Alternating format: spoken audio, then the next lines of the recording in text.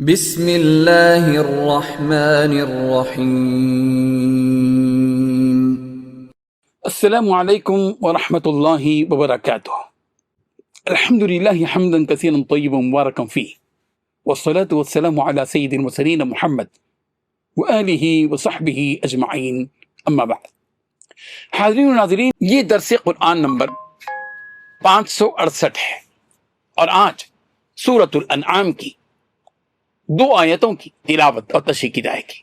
آیت نمبر 58 اور 59، 58 and 59۔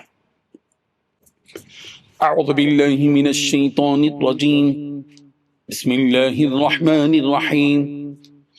قل لو ان عندی ما تستعجلون به لقضی الامر بینی وبینکم واللہ اعلم بالظالمین وعنده مفاتح الغیب لا يعلمها الا هو ويعلم ما في البر والبحر وما تسقط من ورقة إلا يعلمها ولا حبة في ظلمات الأرض ولا رطب ولا يابس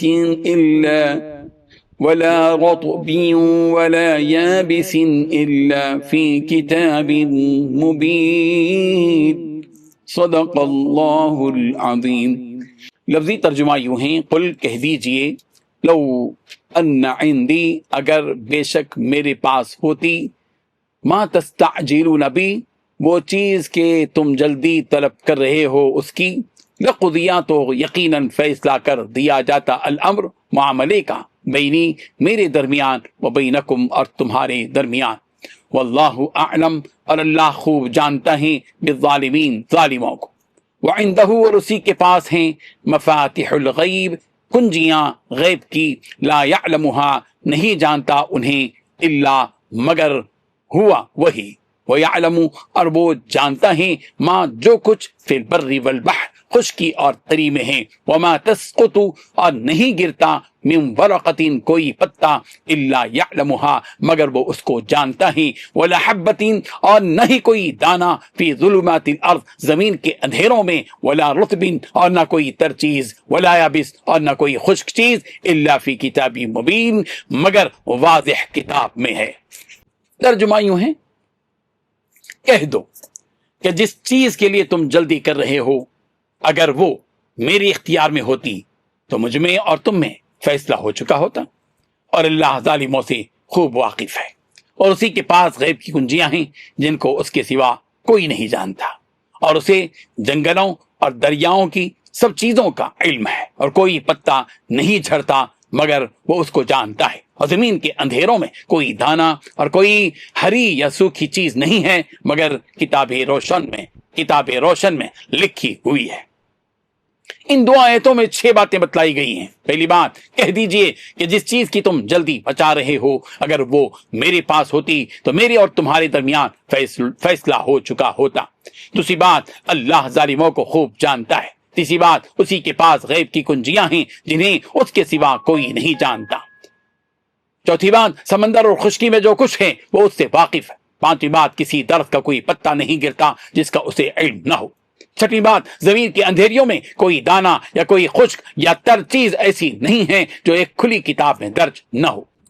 حاضرین و ناظرین، مکے کے مشرکین رسول رحمت صلی اللہ علیہ وسلم سے یہ کہا کرتے تھے کہ اگر واقعی آپ اللہ کے نبی اور رسول ہیں اور ہم آپ کی کھلم کھلا مخالفت کر رہے ہیں تو پھر آپ کی مخالفت کی وجہ سے اللہ کا عذاب ہم پر کیوں نہیں آتا؟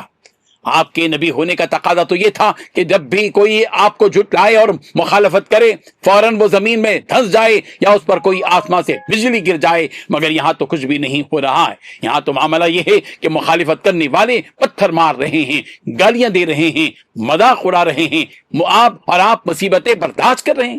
مشرکین کے اس اعتراض کے جواب میں اللہ تبارک و تعالیٰ نے رسول رحمت صلی اللہ علیہ وسلم کو حکم دیا کہ آپ ایسے لوگوں سے کہہ دیجئے کہ جس عذاب کی تم جلدی مچا رہے ہو، اور اگر وہ عذاب میرے ہاتھ میں ہوتا تو میرے اور تمہارے درمیان کبھی کا فیصلہ ہو چکا ہوتا۔ عذاب تو اللہ تعالیٰ کے ہاتھ میں ہے، وہ جب چاہے جس پر چاہے اپنا عذاب نازل کرے۔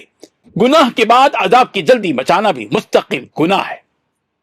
سورہ نحل کی آیت نمبر 1 میں رب ذوالجلال نے فرمایا اتا امر اللہ فلا تستعجلوا، اللہ تعالیٰ کا حکم آ پہنچا ہے، اس کی جلدی نہ بچاؤ۔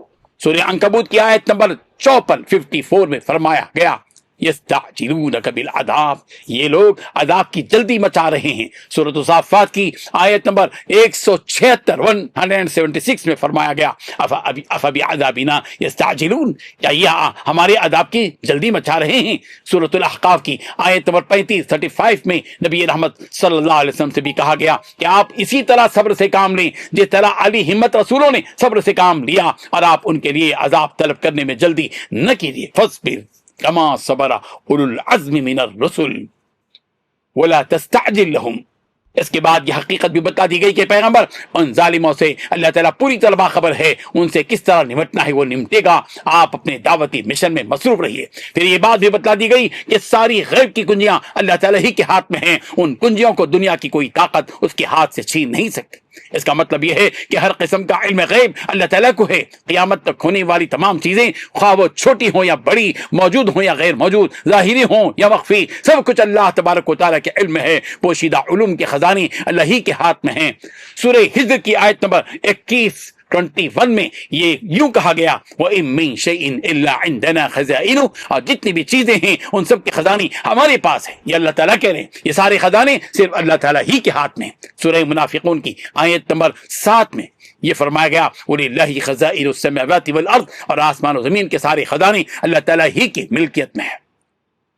بر و بحر، سمندر اور خشکی، پہاڑوں اور وادیوں، جنگلوں اور بیابانوں، ویرانیوں اور آبادیوں کی ہر چیز اور ذرہ ذرے کا علم اللہ تعالیٰ کو ہے۔ یہ ساری چیزیں اللہ ہی کے قبضہ قدرت میں ہیں۔ کسی درخت کا کوئی پتا اللہ کے علم کے بغیر گر نہیں سکتا، اور کسی درخت کا کوئی پتا اس کی اجازت کے بغیر وجود میں نہیں آ سکتا۔ زمین کی روشنیوں اور تاریکیوں میں موجود کوئی دانہ اور کوئی تر اور خشک چیز ایسی نہیں جس کو اس کی کھلی کتاب میں لکھا گیا نہ ہو۔ یہاں بر و بحر کہہ کر پوری دنیا مراد لی گئی ہے، جس طرح مشرق و مغرب بول کر پوری دنیا مراد لی جاتی ہے۔ اللہ تبارک و تعالی ان آیات کی حقیقت کو سمجھنے کی توفیق عطا فرمائے، آمین۔ وآخر دعوانا ان الحمد للہ رب العالمین۔ ڈیلی درس قرآن کو سبسکرائب کیجئے، اپنے تاثرات اور مشورے ارسال کیجئے، اور متعلقین کے گروپ بنا کر انہیں روزانہ درس قرآن بھیجیں اور اجر ثواب پائیں۔